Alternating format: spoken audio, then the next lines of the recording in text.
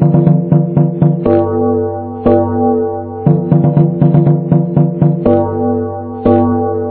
Students, कैसे हैं आप सब? बढ़िया हैं, मज़े में हैं। और केमिकल काइनेटिक्स पढ़ के शायद आपको मज़ा आ रहा होगा अब तो।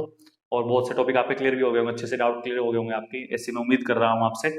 और आप भी मुझसे कर रहे हो उम्मीद कि सर और भी अच्छा हमें पढ़ाएंगे, तो कोशिश कर रहा हूँ पढ़ाने की। और आई होप कि आप अच्छे से पढ़ पाओगे। लास्ट वीडियो में हमने किया था about the methods to calculate the order of reaction और रेट ऑफ रिएक्शन और रेट कांस्टेंट। और उसमें 3-4 मेथड हमने डिस्कस किए थे। इसमें से एक सबसे इंपॉर्टेंट मेथड आपको मैंने बताया था, वो था आपका इनिशियल रेट मेथड या ओसवाल्ड डायल्यूशन मेथड। इसके अलावा हाफ लाइफ पीरियड मेथड जो था वो भी बहुत इंपॉर्टेंट मेथड्स में आता है, but as compare to initial rate method उसके क्वेश्चन कम देखने को मिलते हैं। ओके, तो अब ज्यादा टाइम वेस्ट नहीं करते हैं टॉपिक पर, आज के टॉपिक पर आते हैं। अब हम जो सीखेंगे, अब हम उन फैक्टर्स के बारे में पढ़ेंगे जो हमने पढ़े थे स्टार्टिंग में। उसमें से एक फैक्टर हम जो कंसंट्रेशन का है वो हम पढ़ चुके हैं। कंसंट्रेशन को चेंज करने से रेट ऑफ रिएक्शन पर क्या असर पड़ता है। कुछ केसेस में कंसंट्रेशन चेंज करने से रेट ऑफ रिएक्शन कोई असर नहीं पड़ रहा है, जैसे कि जीरो ऑर्डर रिएक्शन पे। लेकिन कुछ केसेस में कंसंट्रेशन को चेंज करने से रेट ऑफ रिएक्शन आपकी घट या बढ़ रही है। ओके, अब जो दूसरे फैक्टर्स हैं उसमें एक सबसे इंपॉर्टेंट फैक्टर आपका है टेम्परेचर का, और एक कैटलिस्ट का। दो फैक्टर आपके बहुत इंपॉर्टेंट है, उसके बाद हमारा टॉपिक कुछ खास रहता नहीं है। टेम्परेचर के इफेक्ट को ही हमें आज स्टार्ट करना है कि what is the effect of temperature on the rate of reaction. लेकिन उसको समझने के लिए थोड़ा सा हमें पहले और कंसेप्ट को भी सीखना पड़ेगा, फिर मैं उस साथ के साथ टेम्परेचर वाले फैक्टर पे भी आ जाऊंगा। तो ये सारा का सारा जो टॉपिक है वो मिक्सअप सा है बेसिकली। तो पैटर्न वाइज इसको समझिएगा किस तरह से हमें क्या समझना है, ठीक है। तो टॉपिक स्टार्ट करते हैं, चलिए। तो आज का जो हमारा टॉपिक है, आज का हमारा टॉपिक है इफेक्ट ऑफ टेम्परेचर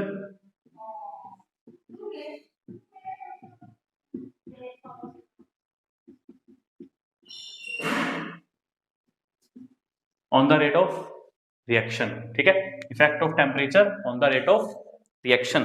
किसी भी रेट ऑफ रिएक्शन पर टेम्परेचर का क्या असर पड़ता है वो हम आज स्टार्ट कर रहे हैं समझना। बहुत इंपॉर्टेंट टॉपिक है भाई। न्यूमेरिकल क्वेश्चन तो इसमें कोई खास अभी तक तो नहीं है, बट आगे जाके टॉपिक ऐसा आएगा जहां से न्यूमेरिकल क्वेश्चन भी बनता है। लेकिन फिलहाल के लिए तो आपको थ्योरिटिकल कंसेप्ट ही इसमें समझना होगा। इसको समझने से पहले मैं आपको दो टर्म्स समझाना चाहूंगा, क्योंकि मुझे ऐसा लगता है कि उनको समझने के बाद इस टॉपिक को समझना आपके लिए और भी ईजी हो जाता है, आपके लिए और भी आसान हो जाता है। तो पहले मैं आपको वही टॉपिक समझाऊंगा और उसके बाद फिर हम देखते हैं कि क्या उसका यूज हम किस तरीके से कर सकते हैं, ठीक है। तो चलिए, दो टर्म्स आपको पढ़नी है भाई। एक आपको पढ़नी है थ्रेशोल्ड एनर्जी, ठीक है, और एक आपको पढ़नी है एक्टिवेशन एनर्जी।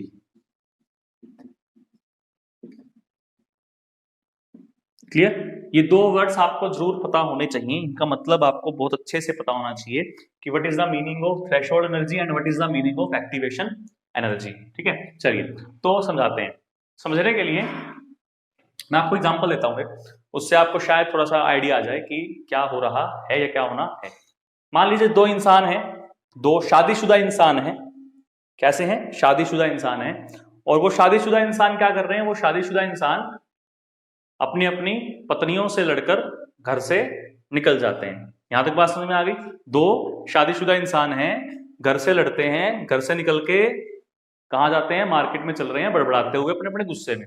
और ऐसे में क्या होता है? ऐसे में ये होता है कि वो एक दूसरे से हल्का सा टकरा जाते हैं। जैसे वो एक दूसरे से हल्का सा टकराते हैं, पहले से तो गुस्सा था ही, तो वो और गुस्सा और बढ़ जाता है और वो दोनों आपस में लड़ पड़ते हैं। और उस लड़ाई का मजा कौन ले रहा होता है? उस लड़ाई का मजा ले रहे होते हैं आसपास के खड़े हुए बाजार में लोग। कोई वीडियो बना रहा है, कोई टिकटॉक पे डाल रहा है, कोई कुछ कोई कुछ। क्लियर? मतलब वो रिएक्शन हो गई, वो रिएक्शन हो गई, है ना। दूसरी बात क्या देखिए आप, दूसरी बात आप ये देखिए कि दो कवारे आदमी हैं, उनकी शादी अभी तक नहीं हुई है, तो वो दोनों कुंवारे आदमी क्या करते हैं? घर से बिल्कुल बढ़िया मूड में निकलते हैं, कोई लड़ाई झगड़ा नहीं किसी से करके आए हैं, मस्त खा पी कर अपना घर से निकलते हैं, बाजार में जा रहे हैं, हल्का सा टकराव होता है लेकिन एक दूसरे को सॉरी बोल के निकल जाते हैं। मतलब वहां पर किसी प्रकार का कोई तमाशा नहीं हुआ, नहीं हुआ ना। देखिए, दो बातें हो रही हैं। शादीशुदा आदमी लड़के आ गया तो तमाशा हो गया, क्योंकि पहले से गुस्सा था। दूसरा जो बंदा है, जो कुंवारे आदमी है, वो लड़ जरूर, भिड़े जरूर, लेकिन लड़े नहीं, मतलब कोई तमाशा नहीं हुआ। लेकिन जो आसपास के लोग थे भाई, उन्हें ये बात हजम नहीं हुई कि भाई दो आदमी टकरा गए लेकिन उनके बीच में लड़ाई नहीं हुई। अब लड़ाई नहीं होगी तो हमें मजा कैसे आएगा? तो उन्होंने क्या किया, उन्होंने थोड़ा थोड़ा सा उनको भड़का दिया जाके, कह रहा देख तेरे को टक्कर मार गया और तूने कुछ किया भी नहीं। दूसरे वाले को भी यही बात कान में जाके बोल दी कि देख तेरे को टक्कर मार गया, कुछ किया भी नहीं। तो अब दोनों का पारा थोड़ा थोड़ा सा हाई, एक तो कुंवारे आदमी है भाई, जोश तो होता ही है, पहली नॉर्मल सी बात है, तो दोनों में आ गया जोश। वापिस गए और वापिस जाके एक दूसरे से भिड़ पड़े। भिड़ पड़े तो क्या हो गया, तमाशा हो गया। तमाशा हो गया तो मतलब क्या हो गई, रिएक्शन हो गई, है ना। अब दोनों बातों में आप फर्क समझिए। पहले वाले केस में हमने लड़ाई करवाने के लिए कुछ भी नहीं करना पड़ा, अपने आप ही लड़ाई हो गई, मतलब वो पहले से।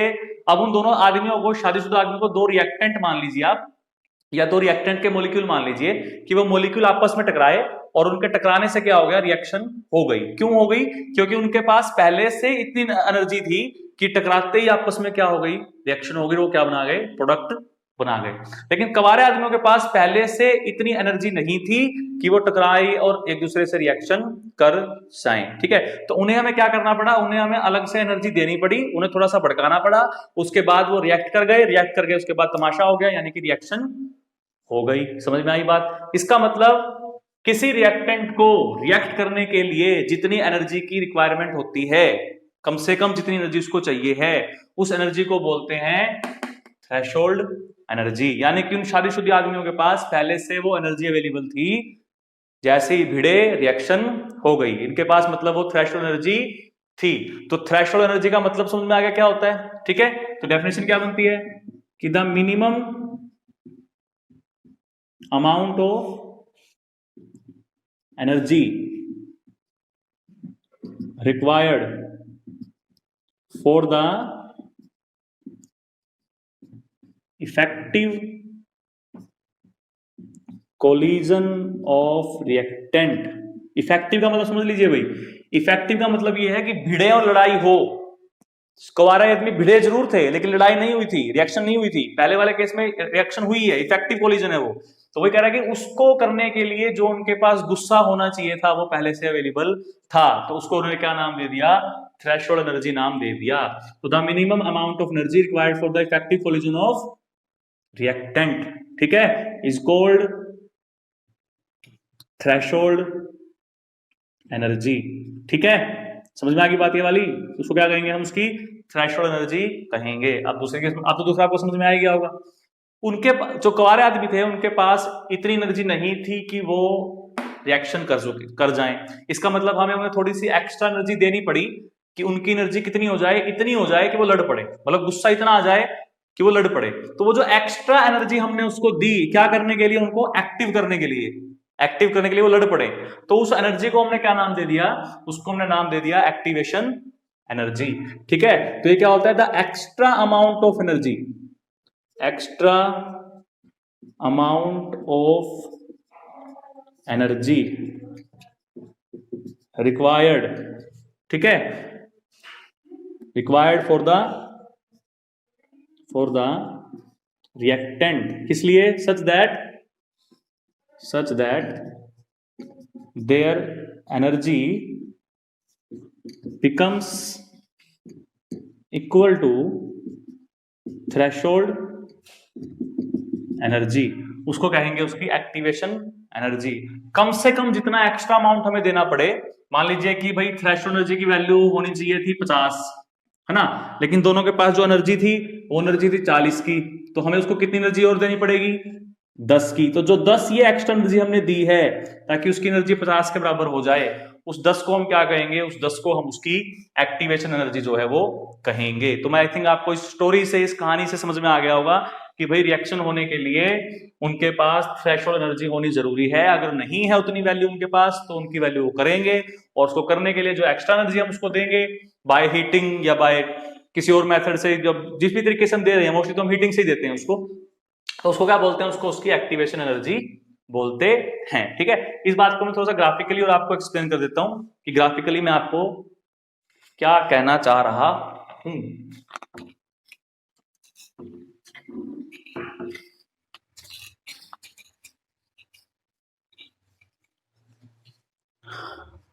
देखिए भाई, ग्राफिकली मैं आपसे ये कहना चाह रहा हूं कि मान लीजिए ये मेरे पास रिएक्शन कोऑर्डिनेट है भाई, रिएक्शन चल रही है, रिएक्शन की प्रोग्रेस बता रहा है, रिएक्शन कोऑर्डिनेट क्या चेंज आ रहा है रिएक्शंस में, विथ चेंज इन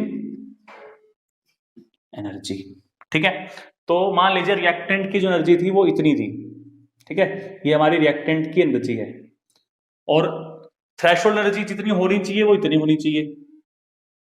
ठीक, तो इसका मतलब क्या हुआ, इसका मतलब ये हुआ कि इसकी एनर्जी को पहले हमें यहां तक लेके आना पड़ेगा, और उसके बाद जैसे वो यहां तक पहुंचेगा तमाशा हो जाएगा, और फिर वो क्या बना लेगा, प्रोडक्ट बना लेगा। तो ये प्रोडक्ट की एनर्जी आ गई। ठीक है, यहां तो आपको नियरली इक्वल दिख रही होगी भाई, बट कि कई बार क्या होता है, प्रोडक्ट की एनर्जी ज्यादा भी हो सकती है रिएक्टेंट से, और प्रोडक्ट की एनर्जी कम भी हो सकती है रिएक्टेंट से। ठीक है, तो वही केस मैं आपको समझाऊंगा अभी कि भाई किन किन केसेस में क्या क्या हो सकता है। फिलहाल मैं आपको एक्टिवेशन एनर्जी के बारे में समझा रहा हूँ कि एक्टिवेशन एनर्जी क्या होती है। यहां पर देखिए प्रोडक्ट यहां पर पहुंच चुका है, यहाँ पर, और इस टाइम पर जो उसकी एनर्जी है वो सबसे मैक्सिमम एनर्जी है। ठीक है, तो उसको क्या बोलते हैं, इसको एनर्जी मैक्सिमा बोलते हैं, एनर्जी मैक्सिमा। ठीक, इस स्टेज पर पहुंचकर जो हमारा रिएक्टेंट होता है उसको बोलते हैं उसकी ट्रांजिशन स्टेट। ठीक है, क्या बोलते हैं, ट्रांजिशन स्टेट। और ट्रांजिशन स्टेट को हम आइसोलेट नहीं कर सकते हैं। आइसोलेट का मतलब क्या है कि इसको हम अलग से नहीं निकाल के स्टडी कर सकते हैं भाई, वो इतना अनस्टेबल होता है, इतना फास्ट बनता है कि बस उसको फटाफट बना और फटाफट बनते ही वो क्या आ जाता है, प्रोडक्ट में आ जाता है। लेकिन एक टाइम पर वो इस स्टेट में पहुंचता है जहां पर प्रोडक्टेंट की एनर्जी सबसे मैक्सिमम होती है, उसके बाद फिर एनर्जी वापिस से कम होना स्टार्ट हो जाती है। तो स्टेट को बोलते हैं ट्रांजिशन स्टेट, और ट्रांजिशन स्टेट की एनर्जी को हम क्या डिनोट करते हैं, ई टी से डिनोट कर सकते हैं। तो ई टी क्या होगी हमारे पास, ट्रांजिशन स्टेट की एनर्जी। देखिए यानी कि यहां से लेके यहां तक की जो एनर्जी है वो क्या है, उसकी ट्रांजिशन स्टेट एनर्जी हो गई, है ना। एनर्जी तो हम यहीं से मेजर कर रहे हैं ना, जीरो से। तो जीरो से लेके कितनी एनर्जी हो सकती है मैक्सिमम, ये मैक्सिमम हो सकती है, तो ये क्या आ गई उसकी ट्रांजिशन स्टेट एनर्जी हो गई, है ना। अब देखिए उसमें से इतनी एनर्जी तो रिएक्टेंट के पास थी ना, उसमें से इतनी एनर्जी तो रिएक्टेंट के पास थी, तो मतलब हमें कितनी एनर्जी और देनी पड़ी उसको, हमें उसको इतनी एनर्जी और देनी पड़ी ना। तो जो ये एक्स्ट्रा एनर्जी हमने उसको दी किसके लिए, रिएक्शन होने के लिए, ये क्या कहलाएगी, उसकी एक्टिवेशन एनर्जी कहलाएगी। क्या आप समझ में आ रहा है ना। इतनी एनर्जी तो उसके पास थी, ये कौन आदमी है भाई, इसके पास पहले से इतनी एनर्जी नहीं है, लड़के नहीं आया है, ठीक है, तो ये इसकी लड़ाई करवानी पड़ेगी। तो इसको हमने गुस्सा दिलाया, तो गुस्सा दिला के वो भी यहां पहुंच गया, और फिर वो लड़ पड़े, और फिर लड़ने के बाद तमाशा हो गया। तो जो ये एक्स्ट्रा एनर्जी हमने दी, इसे क्या कहते हैं, इसे हम उसकी एक्टिवेशन एनर्जी कह सकते हैं। ठीक है, अच्छा जी, अब देखिए यहां पर जब रिएक्टेंट की जो एनर्जी है सेम प्रोडक्ट की भी वही एनर्जी है, ऐसे ही हो रहा है ना, जो रिएक्टेंट की एनर्जी है वही आपकी सेम प्रोडक्ट की भी एनर्जी है। इसका मतलब यहां पर क्या हुआ है, यहां पर ना तो हीट ली गई है और ना हीट दी गई है, मतलब जो डेल्टा एच आएगा इस केस में आपका वो जीरो आएगा। तो ये आप केस फर्स्ट बना सकते हो भाई, कि भाई केस फर्स्ट क्या होता है, अगर रिएक्टेंट और प्रोडक्ट की एनर्जी नियरली सेम है तो उस केस में आपका डेल्टा एच क्या रहेगा, जीरो रहेगा। अब सर पूछे सर डेल्टा एच हम पता कैसे करेंगे, डेल्टा एच होता क्या है, how to calculate delta H, है ना। देखिए भाई उसको हम कैसे पता कर सकते हैं, इस बात के बारे में देखिए, जो हमारी यहां ट्रांजिशन स्टेट से लेके ये जो प्रोडक्ट की एनर्जी है इसको हमने मान लीजिए ई ए बी मान लिया, ठीक है, ठीक है, या ईपी मान सकते हो आप, कोई दिक्कत नहीं है, बट ईपी नहीं मान सकते हम, ईपी तो हमें यहां से यहां तक की माननी पड़ेगी भाई। ठीक है, ये जो एनर्जी है आपकी यहां से यहां तक की, ये आपकी ई आर है, और ये जो एनर्जी आपके ये ई पी है, तो इसको मैं ई ए बी मान रहा हूं। ठीक है, तो ये ई बी ए बी हमारी एनर्जी होगी। तो ध्यान से देखिए, जो हमारी ई ए बी एनर्जी है और जो हमारी ई एनर्जी है वो इस केस में सेम है ना। तो इसके लिए डेल्टा एच क्या आ रहा है, मतलब जीरो आ रहा है। तो कहने का मतलब ये है कि अगर आपको डेल्टा एच की वैल्यू पता करनी है तो उसका सिंपल सा तरीका ये होता है कि आप एक्टिवेशन एनर्जी में से जो ये ई ए बी एनर्जी है इसको सब्ट्रैक्ट कर लीजिए, डेल्टा एच आपको मिल जाएगा। तो इस केस में ई ए और ई ए बी क्या है हमारा, इक्वल है, दैट्स वाई डेल्टा एच भी क्या है हमारा, जीरो है। ठीक है, सारे टर्म समझ में आ गया आपको, ईटी क्या है, ईए क्या है, ईएबी क्या है, ईआर क्या है और ईपी क्या है, बस यही सब चीजें हमारे पास अवेलेबल है। ओके, तो हमारा फर्स्ट केस हो गया, जिस केस में अगर इंथैल्पी में कोई चेंज नहीं आ रहा है, डेल्टा जीरो है, तो उस केस में जो हमारी एक्टिवेशन एनर्जी की वैल्यू है वो क्या होगी और कैसे हम उसको कैलकुलेट कर सकते हैं। ठीक है, चलिए जी, अब थोड़ा सा सेकंड केस पे आते हैं। उसके लिए इसको साफ कर देते हैं।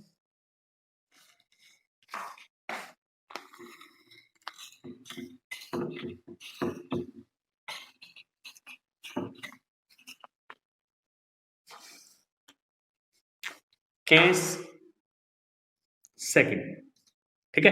अब आप खुद बता दीजिएगा इसमें होता क्या है। देखिए मान लीजिए ये आपका वही सेम ग्राफ हम बना रहे हैं, तो इस तरह से हो गया। ये आपको होगा यहाँ पर रिएक्शन कोऑर्डिनेट, और यहां पर हमने ले ली एनर्जी, ठीक। ओके, तो मान लेते हैं स्टार्टिंग में कि रिएक्टेंट की जो एनर्जी थी वो यहां थी, तो ये जो गैप आ गया यहां से यहां तक का वो ई आर आ रहा है, ये एनर्जी रिएक्टेंट की है। तो यहां से हमने इसको ऐसे बढ़ाया और फिर ये हमारा जो ग्राफ था वो यहाँ पे खत्म हो गया, ठीक है। मतलब जो ये एनर्जी हमारी है यहाँ से यहाँ तक की, वो हमारी प्रोडक्ट की एनर्जी है, ये हमने पी मान लिया। क्लियर? तो नॉर्मल सी बात है भाई, यहां से यहां तक की जो एनर्जी आपकी आएगी वो क्या आएगी, उसकी ट्रांजिशन स्टेट की एनर्जी आएगी, है ना। ट्रांजिशन स्टेट की एनर्जी आएगी। ओके, तो अब देखिए ध्यान से, रिएक्टेंट की तो ये एनर्जी, इतनी एनर्जी तो रिएक्टेंट के पास थी। अब इससे फालतू की जो एनर्जी आपको दी है इसको, ये वाली, ये क्या है उसकी एक्टिवेशन एनर्जी है, ठीक है। अच्छा जी, और रिएक्टेंट की एनर्जी कितनी है, प्रोडक्ट की, सॉरी यहां से यहां तक की, ये क्या होगी, ई ए बी मान लिया हमने, है ना। अब टोटल में से इसको माइनस कीजिए, ई ए ज्यादा है ना, E A is greater than E A B, साफ दिख रहा है हमें यहां से, ये ई ए इतना है और ए बी सिर्फ इतना है। ऐसा कब हुआ है, ऐसा तब हुआ है भाई जब प्रोडक्ट की एनर्जी रिएक्टेंट से क्या आ रही है, ज्यादा आ रही है। तो एक्टिवेशन एनर्जी की वैल्यू भी इस एनर्जी से क्या आ रही है, ज्यादा आ रही है। तो डेल्टा एच कैसा आएगा भैया इस केस में, पॉजिटिव आएगा। अगर डेल्टा एच पॉजिटिव आता है तो प्रोसेस कैसी होती है, एंडोथर्मिक प्रोसेस होती है। तो एंडोथर्मिक प्रोसेस के केस समझ में आया, ठीक है। तो ये आपका सेकंड ग्राफ था जो आपको आई होप समझ में आ गया होगा। आपको सर डेल्टा एच पता कैसे चलेगा, भैया साफ सी बात देखो, ये यहां से देख लीजिए, ये तो ये जो गैप हमारे पास आ रहा है, ये वाला गैप, ये गैप क्या है, ये डेल्टा एच ही तो है ना, डेल्टा एच पॉजिटिव। ओके, तो प्रोडक्ट की एनर्जी रिएक्टेंट से ज्यादा है, ये रिएक्टेंट की एनर्जी हो गई, ये प्रोडक्ट की एनर्जी हो गई यहाँ पर, और ये रिएक्टेंट की होगी। तो जो गैप दिख रहा है हमें, ये क्या है, डेल्टा एच ही तो है। और ये कैसे निकाला है हमने, एक्टिवेशन एनर्जी में से इस एनर्जी को माइनस कर दिया, ठीक है। तो ये आपका सेकंड केस बन गया। इसी तरीके से हम ड्रॉ कर सकते हैं हमारा थर्ड केस भी।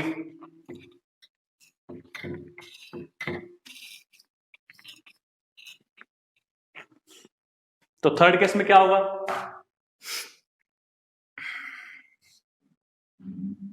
मान लीजिए ये आपके रिएक्टेंट की एनर्जी है, ठीक है। तो इसको हमने यहां से ऐसे किया और फिर ये ऐसे आ गया, ठीक है। तो अब की बार ये हमारे प्रोडक्ट की एनर्जी है, तो ये रिएक्टेंट की एनर्जी यहां से यहां तक हो गई, और ये यहां से यहां तक हो गई आपकी प्रोडक्ट की एनर्जी। तो ये हो गई ट्रांजिशन स्टेट एनर्जी, ईटी, हाँ। ओके, तो ये एनर्जी की वैल्यू तो थी रिएक्टेंट के पास, इससे एक्स्ट्रा हमने इसको इतनी वैल्यू और दी है, तो ये कौन सी एनर्जी हो गई, एक्टिवेशन एनर्जी, है ना। और प्रोडक्ट की एनर्जी यहां से यहां तक की जो एनर्जी बनेगी ये वाली, वो क्या बनेगी हमारी, ई ए बी मान ली हमने। तो इस केस में डेल्टा एच कैसा आएगा, साफ दिख रहा है भाई, E A is less than E A B. ये कब होगा, जब प्रोडक्ट की एनर्जी कम होगी रिएक्टेंट से। तो डेल्टा एच कैसा आएगा इसमें, नेगेटिव आएगा। और डेल्टा एच नेगेटिव किसके लिए होता है, डेल्टा एच आपका नेगेटिव होता है एक्सोथर्मिक प्रोसेस के लिए, है ना। किसके लिए होता है, एक्सोथर्मिक प्रोसेस के लिए। तो डेल्टा एच क्या हो गया हमारा, नेगेटिव हो गया। ओके, समझ में आ गया। तो डेल्टा एच पता कीजिए, देखिए ये यहां तक एनर्जी और ये वाली ये एनर्जी, तो जो ये गैप आ रहा है अब की बार, ये क्या है, ये भी तो डेल्टा एच है। लेकिन अब की बार रिएक्टेंट की एनर्जी ज्यादा है और प्रोडक्ट की एनर्जी कम है। तो अगर प्रोडक्ट की एनर्जी कम होगी रिएक्टेंट से, तो उसमें डेल्टा एच कैसा आएगा आपका, नेगेटिव आएगा। प्रोसेस कैसी होगी आपकी, एक्सोथर्मिक प्रोसेस जो है वो होगी। ओके, समझ में आ गई बात ये वाली। तो ये आपका थर्ड केस बन गया। बस लास्ट ऐसे ही एक फोर्थ केस और बन सकता है आपका।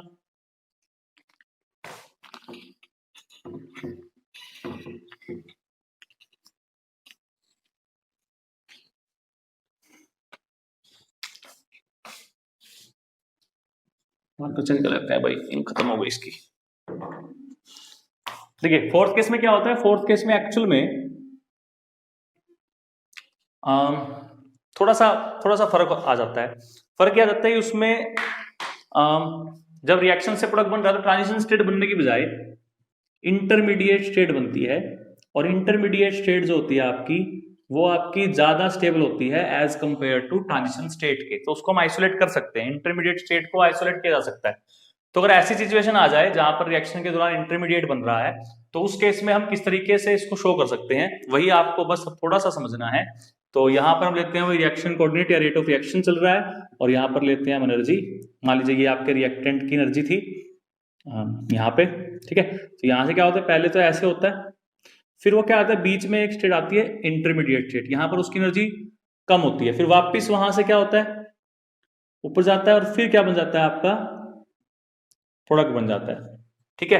तो थोड़ा सा कर, अभी स्मूथ हो गई भाई, मतलब इस तरह से शार्प हो गई, ब्राइट दिखानी होती है, ठीक है। तो इस तरीके से क्या होता है आपका, इस तरीके से आपका जो ग्राफ है वो आपका जो है वो आता है।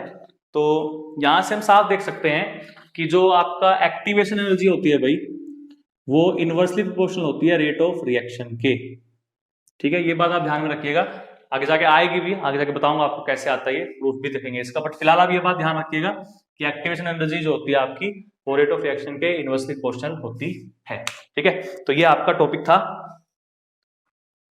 आज का हमारा, थ्रेशोल्ड एनर्जी और एक्टिवेशन एनर्जी के बारे में। आई होप कि आपको समझ में आ गया होगा। वो जो एग्जांपल मैंने आपको दिया है वो एग्जांपल आप याद रखोगे, और उसकी हेल्प से आपको थोड़ी सी आसानी हो जाएगी समझने में कि थ्रेशोल्ड एनर्जी क्या होती है और एक्टिवेशन एनर्जी क्या होती है। तो आई होप कि आज का टॉपिक आपको समझ में आया होगा। अभी टॉपिक हमें पूरा नहीं किया है, क्योंकि इफेक्ट ऑफ टेम्परेचर तो अभी तक डिस्कस ही नहीं किया है, सिर्फ आपको टर्म समझाइए कि थ्रेशोल्ड एनर्जी क्या होती है और एक्टिवेशन एनर्जी क्या होती है। नेक्स्ट लेक्चर के अंदर हम डिस्कस करेंगे about the effect of temperature और अच्छे से, ठीक है। तब तक के लिए बने रहिए कैमरा के साथ। चैनल को लाइक शेयर सब्सक्राइब कीजिए और वीडियो को कंप्लीट दिखा कीजिए भाई, कंप्लीट नहीं देखो तो समझ में कैसे आएगा, ठीक है। चलिए मिलते हैं नेक्स्ट वीडियो में, ऑल द बेस्ट।